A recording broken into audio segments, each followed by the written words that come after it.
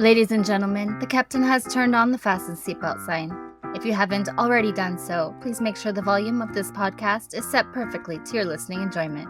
Please take your seat, whether that's on the treadmill, car, sofa, or bed, and buckle in for the last trip.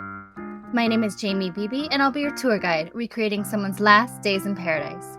On behalf of myself and everyone behind the scenes, please enjoy the Last Trip podcast. And because nobody likes a long flight to get to where they want to be, let's prepare for takeoff. Our victim today is Levi Davis, a 24-year-old rugby star from the UK who traveled to Barcelona in October of 2022. Levi was backpacking through Europe when he took a last-minute ferry from Ibiza to Barcelona. He was last seen on CCTV leaving the Old Irish pub on the evening of Saturday, October 29th. Just before his disappearance, Levi made disturbing allegations of abuse and blackmail. He said his life was in danger because of government corruption and organized crime. Could these allegations have something to do with his disappearance? While there aren't many clues in this case, there are a lot of theories. I traveled to Barcelona during the 1-year anniversary of Levi's disappearance and walked the same path Levi did before he vanished, even stopping at his last confirmed sighting, the Old Irish pub. Of course, I didn't expect to find any clues, but I had an eerie feeling of deja vu after doing all the research on this case. My photos and videos from that trip will all be posted on Patreon at patreon.com/thelasttrip if you want to check it out. After spending a week in Barcelona, I fell in love with the city, the architecture, the history, the street art, and the traditions. It's easy to get around on public transportation or walking, it's affordable, and the weather is nice year-round. But there was a slight element of danger in some areas, especially at night. I stayed just off La Rambla in the Gothic Quarter and saw more petty crime than I've seen traveling anywhere else, although most of it was preventable. I saw at least 3 or 4 phones get snatched out of people's hands and numerous bags get ripped off unsuspecting shoulders, all in crowded tourist areas in the middle of the day. Pickpocketing and theft is common anywhere there are a lot of tourists, but this was pretty excessive. I think because it was so crowded, tourists felt a little safer holding their phone out to take photos or look at a map, but that just made them easy targets. Being aware of your surroundings is always a top priority when you're traveling, and we'll get into some safety tips later on. Barcelona was founded as a Roman colony dating back over 2,000 years, and the architecture is still noticeable today, especially in the Gothic Quarter. And the Gothic Quarter is near the main tourist area. While I recommend the area and felt basically safe, I also didn't wander around at night. It's mostly well lit, but there are a lot of dark alleys once you turn off the main streets. Tourists flock to Barcelona because of the history and the architecture. In the 19th century, Barcelona started to gain popularity, especially with the construction of the Arc de Triomphe in 1888, which attracted a lot of attention to the city. It was built as the main access gate for the 1888 Barcelona World Fair, and it's a gorgeous landmark for photo op. The best time to visit for the perfect photo without a bunch of people in the background is definitely sunrise. In the early 20th century, artists like Antoni Gaudi brought even more attention to Barcelona.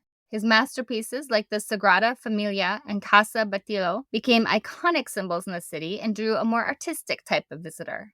The Spanish Civil War saw an obvious decline in tourism from 1936 to 1975 because of the political instability and the economy. But with the end of the regime in 1975 and the establishment of democracy, tourism was bumped back up. The 1992 Summer Olympics were a significant turning point for international travel, and it pushed the city into creating more space for tourists. After that, the expansion of Barcelona's port invited cruise tourism in the late 20th and 21st centuries. This also made the beaches and coastline more of a draw for vacationers. Then with the internet and online marketing, travel websites, and social media, Barcelona became a location destination. The downside of that was over-tourism. Too many people make it difficult to preserve the culture and the architectural heritage.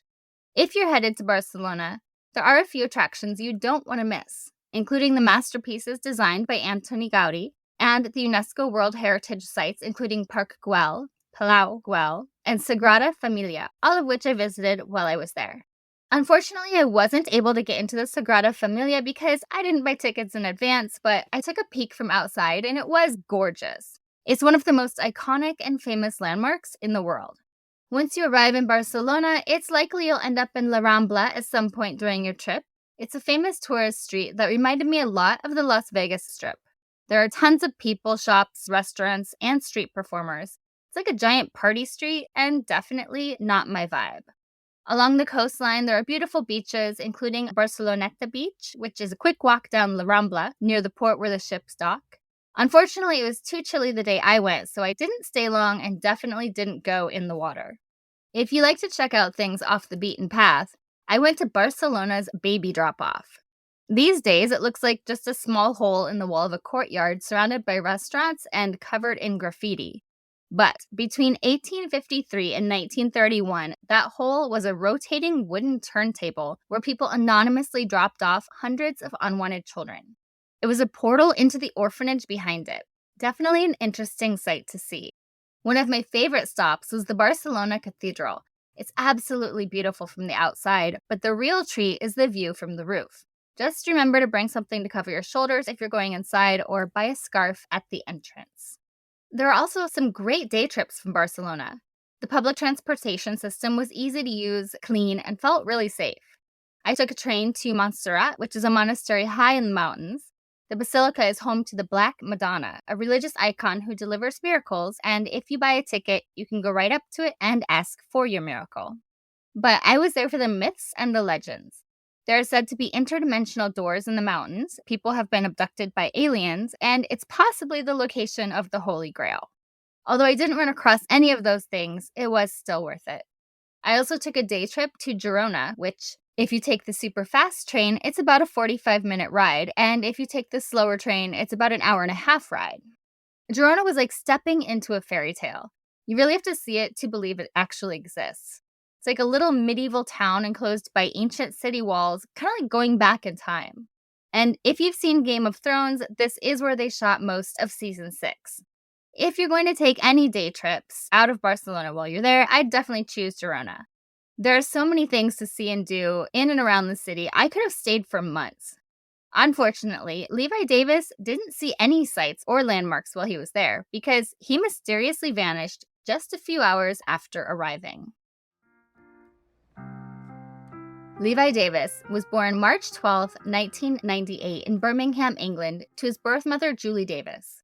But there were problems at home. He later said he was around bad things at a very young age, and when he was just 6 years old, he was put into foster care. He bounced around a few foster homes until he ended up with Suzanne Balfour, and that's when everything changed for him. He credits the Balfour family with making him the man he is today. He was an upset and angry kid for a long time, but his foster parents taught him how to channel that anger into sports. And his sport of choice was rugby. He started gaining attention for his rugby skills during his time at the Bath Rugby Academy. Levi played his first game for the club in 2017, going on to represent England, and made his first appearance in Premiership Rugby in 2019, playing 8 games for the first team. And rugby is a popular sport, especially in the UK. So his skills gave him quite a bit of fame and fortune, and Levi used it as a way to get ahead. Because his other passion was music. And while he was at the British and Irish Modern Music Institute in Bristol, he sang in a band called Majesty. In 2018, he went solo, singing on the soundtrack for the Premiership Rugby Cup final, and was spotted by a casting agent for The X Factor. Because of that, he went on to film The X Factor Celebrity Edition in late 2019. They put him in a band on the show called TriStar with fellow rugby players Tom Evans and Ben Foden. I watched TriStar's performance of No Diggity, and it was great, and I highly suggest Googling the video because those guys have some seriously interesting dance moves. And, fun fact, Nicole Scherzinger from the Pussycat Dolls was a judge on the show and actually ended up marrying Tom Evans of TriStar. Now, after filming ended, Levi's friends said there was something not quite right about him. Something had changed during his time in Los Angeles. But he was the type of guy that kept things bottled up, so his friends didn't pry. In January of 2020, Levi was sent out to play for the Ealing Trailfinders. But almost instantly, the COVID pandemic was in full force, and the world was under orders to stay home. During the pandemic, Levi appeared in the reality series Celebs Go Virtual Dating, a show about single celebrities looking for love online and going on socially distanced dates. It was a big show, and he seemed out of place with the other contestants, who seemed to be there more to increase their social media presence during the pandemic. When Levi returned to Bath in September of 2020, he came out as bisexual, making him the first professional rugby player to come out while still playing.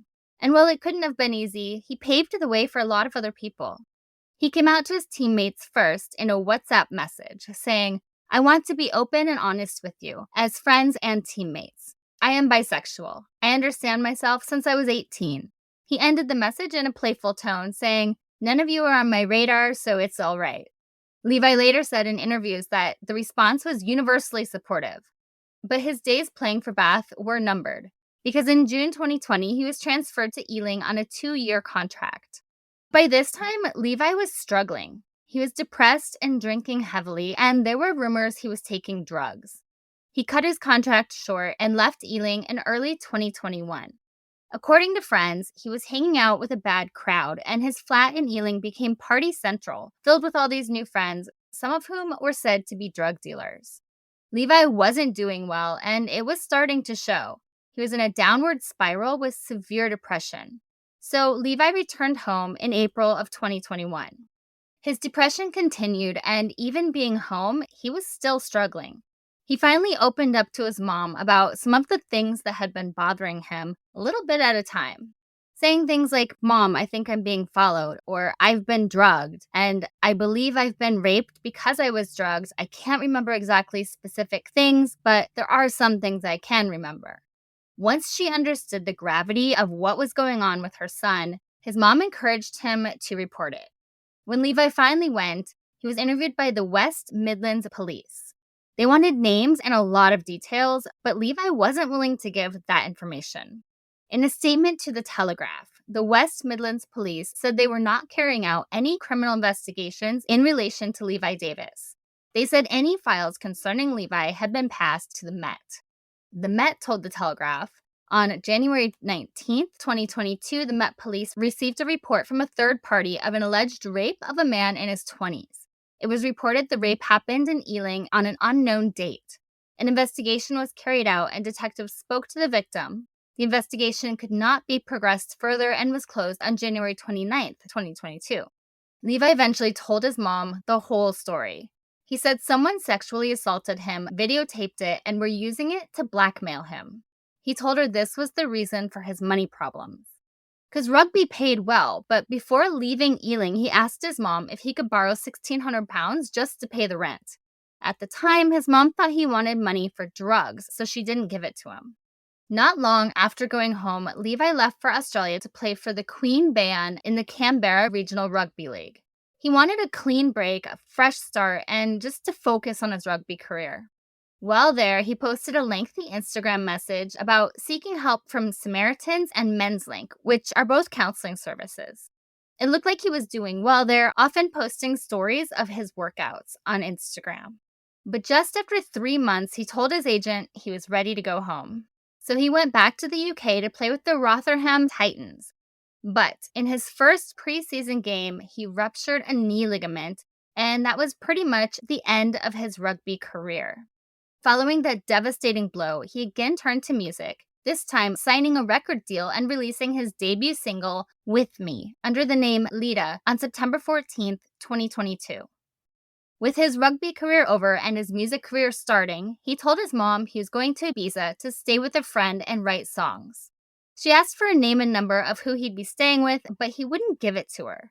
He told her he was only going to be there for a few days and then backpack through Europe with no solid plans. On October 3rd, right before he left on his trip, Levi opened an OnlyFans account under the name Man Davis. His profile, which is still up, features a picture of him lying back on a sofa, naked except for a strategically placed pair of boxing gloves.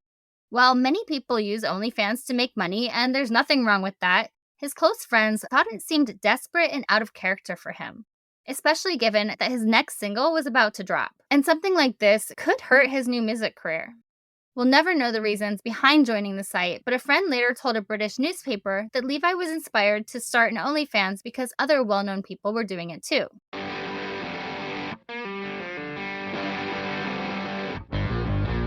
Are you obsessed with true crime? Do you fall asleep to serial killer documentaries? Does evil intrigue you? Then Check the Locks is the podcast for you. Check the Locks is a brand new podcast exploring some of the craziest true crime cases of all time. Best of all, it's available wherever you get your podcasts. Murder, mystery, betrayal, and more.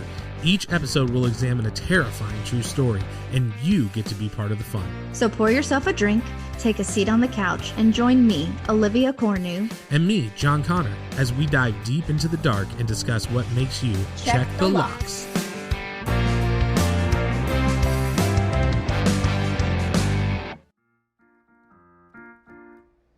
Levi arrived in Ibiza on October 17, 2022, and was staying with his friend Richard Squire.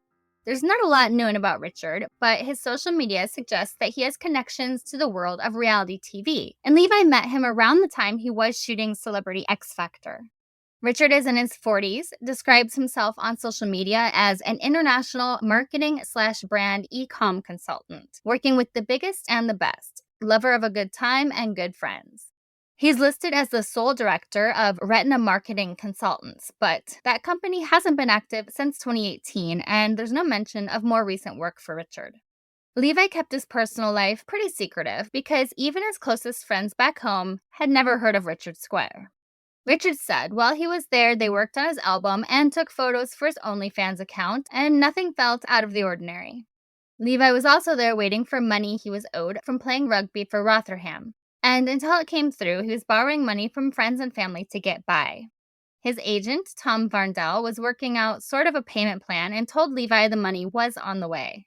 While he was in Ibiza, Levi met up with fashion photographer Adatona, who took photos of him on the beach and in the sea, which she posted on Instagram, with Richard credited as art director. The photos were supposed to promote his next single titled Los Angeles, scheduled to be released in November of 2022. And she also took more risque photos for his OnlyFans. She later said there were no alarm bells and everything seemed quite normal with Levi. He was in Ibiza simply writing lyrics and learning Spanish. On October 22nd, Levi posted one of Adatona's photos on his Twitter, and on October 24th, he retweeted a saying from the Dalai Lama that said, "I resolve to use my life to ensure that other beings are happy." But on October 25th, things took a drastic turn when Levi posted a 15-minute black and white video to his Instagram account.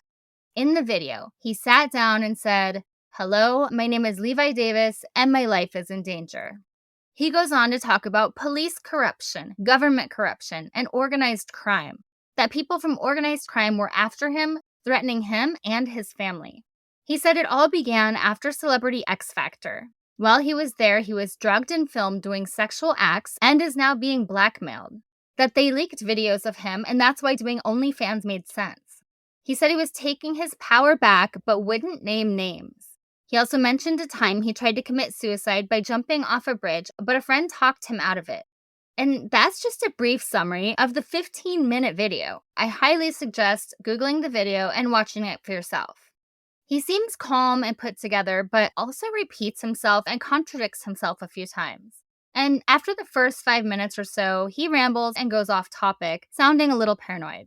He blamed multiple government agencies, talked about the dark web, and his past diagnosis of drug-induced psychosis. The longer the video goes on, the more evident the possibility becomes that he could have been having a mental health crisis. He rubs his hands across his face as if he's on the verge of tears and pauses several times to compose himself. When he posted the video, he tagged a bunch of his friends who were shocked when they watched it. Many had no idea what he was talking about and said that he didn't look or sound like the Levi they knew. After several of these friends reached out and told him to delete it, he did. In all, it was up for less than 24 hours. On October 28th, the day before Levi disappeared, he posted his first photos to OnlyFans labeled "My First Nudes" with the tagline, "Everybody knows the bio is where things get sticky. Take a look and see what else you can find." Also during this time, Levi joined the dating app Grindr. From Grindr, he arranged to meet someone on the night of the 28th in Ibiza town. Richard said he dropped Levi in town at a restaurant where the meeting was supposed to have taken place, but who he met or if he even met anyone at all is unknown. At 3 a.m., he called a friend in England, and when they didn't answer, Levi called back a few hours later, the morning of October 29th. He said he was on a ferry to Barcelona. Also that morning, Richard left a voice note for Levi, who never came home, saying, "You're worrying me, tell me where you are." Levi responded that he'd left on a boat to Barcelona to see some mates and would call once he arrived, but that never happened. While on the boat, Levi sent his mom a video showing her the view from the deck of the ferry and told her how beautiful it was. In the video, he looked happy and not in any kind of distress. No one would imagine anything like he mentioned from the Instagram video was going on at all. The ferry ride was about 7 to 9 hours and docked at Barcelona at 7 p.m. He only had a small backpack with him and around 40 euros. He left behind his suitcase, clothes, and in some reports it said he'd also left behind his laptop, while other reports said he had his laptop in his backpack. By all accounts, he planned to end up back in Ibiza. But why did he suddenly go to Barcelona? He told Richard it was to meet up with some mates, but no one came forward to say they were going to meet him, and by all accounts, he was alone. Walking off the boat, Levi would have been standing at the end of La Rambla Street. From there, he walked up the hill for about 15 minutes to get to the old Irish pub, but it's not known what he actually did from 7 p.m. when he got off the boat to 9 p.m. when he got to the pub. At the pub, he sat alone at a table near the front door, drank a pint of Heineken, and watched a Liverpool versus Leeds match on the TV. He also sent his mother another video, this time of a singer performing at the bar on a stage. And he asked her for money to stay in a hostel that night. This time, she told him to sort it out himself and refused. He was borrowing a lot of money from family and friends because he was still waiting for his rugby money to come through. He told her that was fine and he would ask his friends for the money instead. CCTV shows Levi leaving Old Irish Pub at 10:05 p.m. He turned left out of the bar, stopping for a minute to look at his phone, then continued his way up La Rambla. He was wearing a white t-shirt, black trousers and trainers, and carrying his small black backpack. There was one more reported sighting of Levi about 10 minutes later, further up the street at the Hard Rock Cafe. Levi called his friend Mike Guida at 12:04 a.m. and left a voice note that said, "I can't wait to get you over here. Can't wait to see you." It's not known where he was when he made that call or if he was still alone, but he didn't seem to be upset or in any distress. And that was the last known contact he had with any of his friends or family. When Richard didn't hear back from Levi after a few days, he started contacting Levi's family and friends, but no one knew where he was. 10 days after he was last seen, Levi was officially reported missing by a friend in Madrid. With little to go on, police got to work. Pretty quickly, they were able to review Levi's phone data, even though they never found his phone. They discovered his phone last pinged in the port area in the early hours of the morning of October 30th. Over 2 weeks later, on November 19th, Levi's passport was found near a cargo shipment container at the port, but they didn't find any other clues. So they speculated someone could have mugged him and dumped his passport there. There were no other sightings of Levi, and his phone was off. Police confirmed that Levi's phone had not been used since the early hours of October 30th, and neither had his bank accounts. Rumors were starting to trickle in. Maybe he drowned, was the victim of a crime, or maybe there was more to that video than everyone thought. Maybe he was really in danger. Police had absolutely no leads, and the investigation was stalling. Reports of Levi's disappearance attracted the attention of Gavin Burrows, who runs a PI company called Line of Inquiry. His company takes 4 cases a year on a pro bono basis, and he chose this one on behalf of Levi's family. He offered a £10,000 reward for any information that would lead to Levi being found in hopes that someone knew something and would come forward. On February 5th, the private investigator re-released the Instagram video to try to find out if anything Levi was saying had any truth behind it. Levi's friend Mike, the last person to speak with him before he went missing, had previously spoken to Levi about the blackmail mentioned in the video. Mike claimed they talked about it when Levi was drunk, so he was extremely concerned when Levi posted the video while he was sober. Another friend of Levi's told authorities he believed the allegations of blackmail were not real, but a result of Levi's mental health issues, and he was actually the one that told Levi to remove it that day. Then, on February 21st, another friend of Levi's reported they thought someone was using his phone because they sent him a message in December asking him to come home, and the message had since been read. That meant that either Levi was alive and in possession of his phone, or somebody else was monitoring it. Additionally, it was reported that someone had been continuing activity on Levi's Instagram account because 38 friends had recently been removed from his friend list. With still no sign of Levi, Spain handed his case over to a specialist crime unit. They said his case contained disturbing issues and had no logical explanation. And then another friend reported that weeks after Levi went missing, messages to his WhatsApp and iMessages sent to his phone were opened. It's not known if anyone other than Levi had access to these accounts, but no one came forward. His WhatsApp account has since been disabled, or his phone was shut off or broken because only one tick shows when a message is sent. Because his phone has never been found, these activities could be a major clue in the case. It could mean he's still alive and either in hiding or having a psychotic break. Or if someone else has his phone, they might know what happened to him. There were a lot of rumors circulating about the disappearance, especially when a newspaper article claimed Levi had gone into huge debt with the Somali mafia after his party lifestyle spiraled out of control. And a spokesman for the line of inquiry Private Investigations speculated that Levi had possibly been kidnapped and was working as a mule to pay off his drug debt. Throughout all of this, Spanish police were saying very little, only confirming they were still conducting a missing person investigation. In April of 2023, Levi's mother traveled to Barcelona to look for her son. And this is when police informed her they believe Levi drowned in the port. Officers spoke to 4 crew members of a cruise liner called Bellissima that was docking in Barcelona at 6:30 a.m. on October 30th, the morning after Levi was last seen. They reported seeing a man in the water wearing the same colored shirt as Levi. They said the man shouted for help several times in English, and the buoy was thrown down to him, but he couldn't reach it. The captain called it in, and a boat operated by firefighters was sent to the scene along with police and Red Cross vessels. The search operation was said to have lasted an entire day, but was called off after it was confirmed that no one was missing from the cruise liner, and police confirmed no one had been reported missing in port waters or anywhere in the sea off Barcelona. Now, this story didn't come to light until all these months later, because police didn't know Levi was missing until November 10th. So apparently they never put it together that the person in the water could have been Levi. And they never found a body or any other evidence of anyone in the water that day. It does seem rather convenient that they remembered this story and decided all these months later that it was Levi.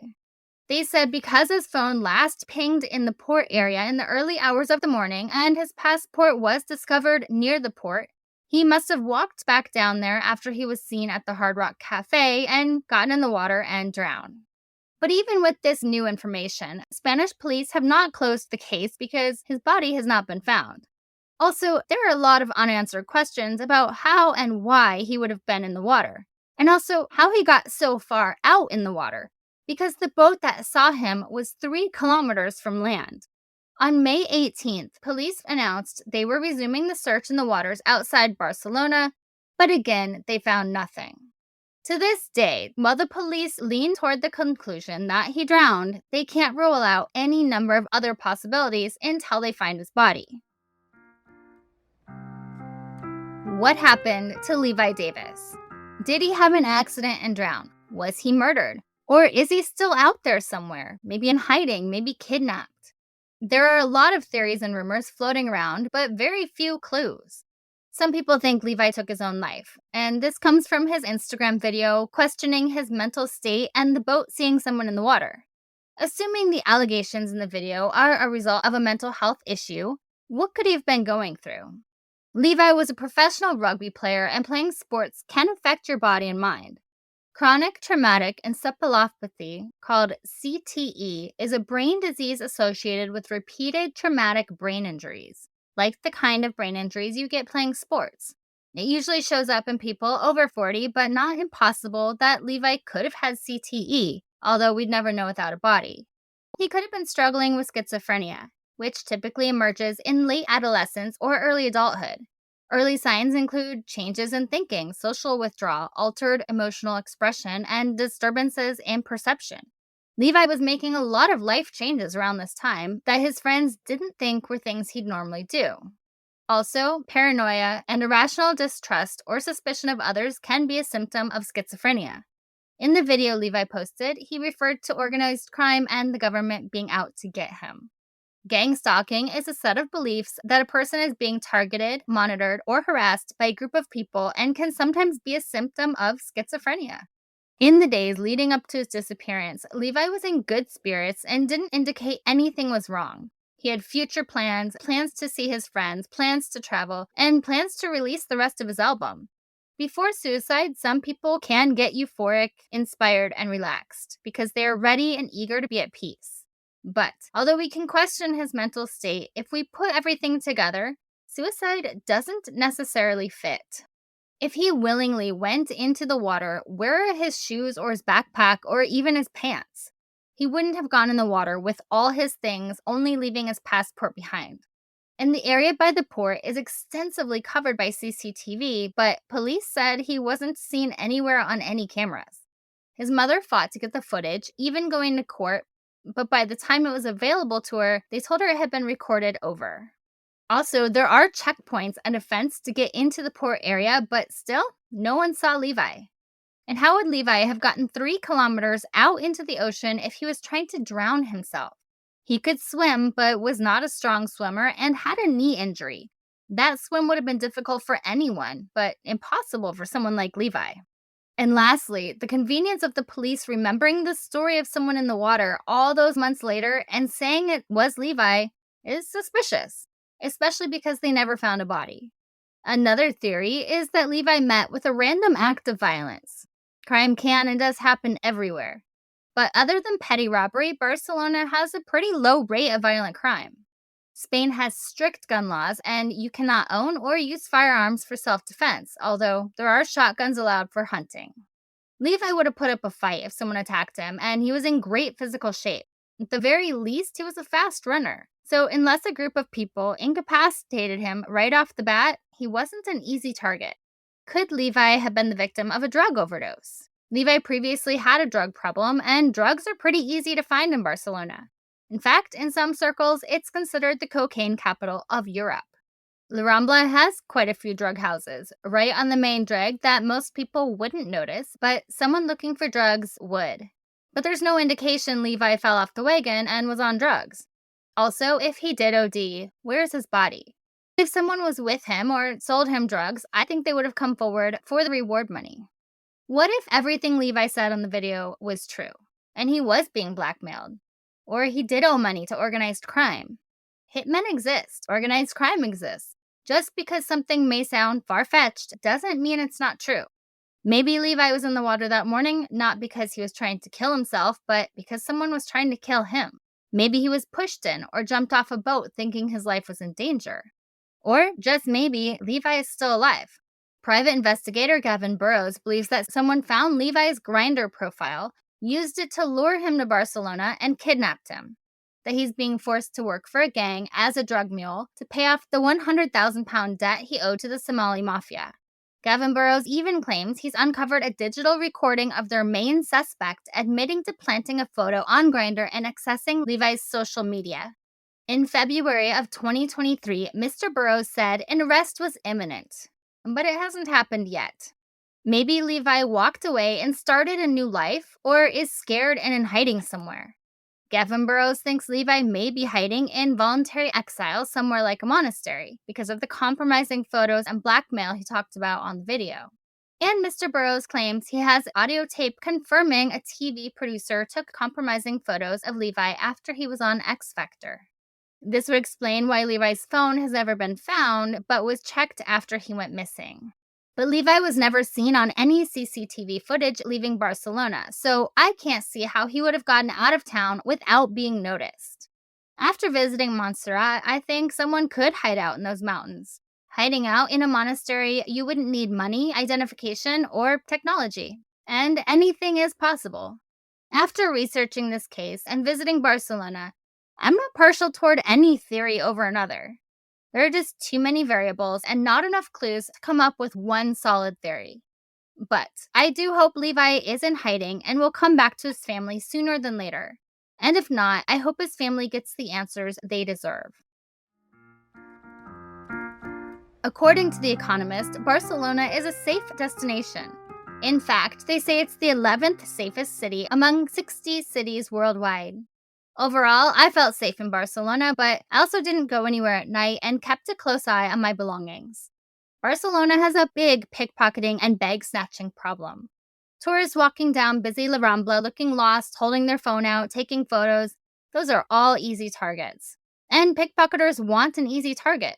So keep anything valuable hidden or leave it at home, and only carry around the cash you need for the day. Don't carry a backpack because it's easy to steal from, but if you do have one, turn it around and wear it in the front of your body. Don't walk around with a camera hanging from your neck or a phone out taking photos or videos. Don't leave your wallet, bag, or purse out at a cafe or hung around the chair. Instead, keep it attached to your body. Look like you blend in. The locals have a tendency to dress more modestly. No shorts, miniskirts, strappy tops, crop tops, or bikini tops. Don't be fooled by fake policemen or anyone that says they're an undercover cop. It's a common scam. They'll tell you they saw someone following you and ask to see your ID. When you pull your wallet out, they grab it and run. Also, pickpocketers often work in groups. One person causes a distraction to grab your attention, and the other swoops in and takes your things. If you pay attention to your surroundings, stay aware, you should be just fine. Don't let your guard down because it's daylight and a lot of people are around. And don't walk around at night, especially after a few drinks when your guard is inevitably down. As with any city, some areas are better than others. In Barcelona, El Raval and La Mina district have a high crime rate, including drug-related crimes, assaults, and robberies. Tourists should probably avoid those areas. If you're in Barcelona, the number for an emergency is 112. And even though it might look exciting, always avoid any demonstrations or protests. Most are peaceful, but that can change quickly. And as always when you travel, read up on any customs that might be different than you're used to. Locals often greet each other with a kiss on both cheeks. It's especially common among friends and family. Meals are usually enjoyed later in Barcelona than other places around the world.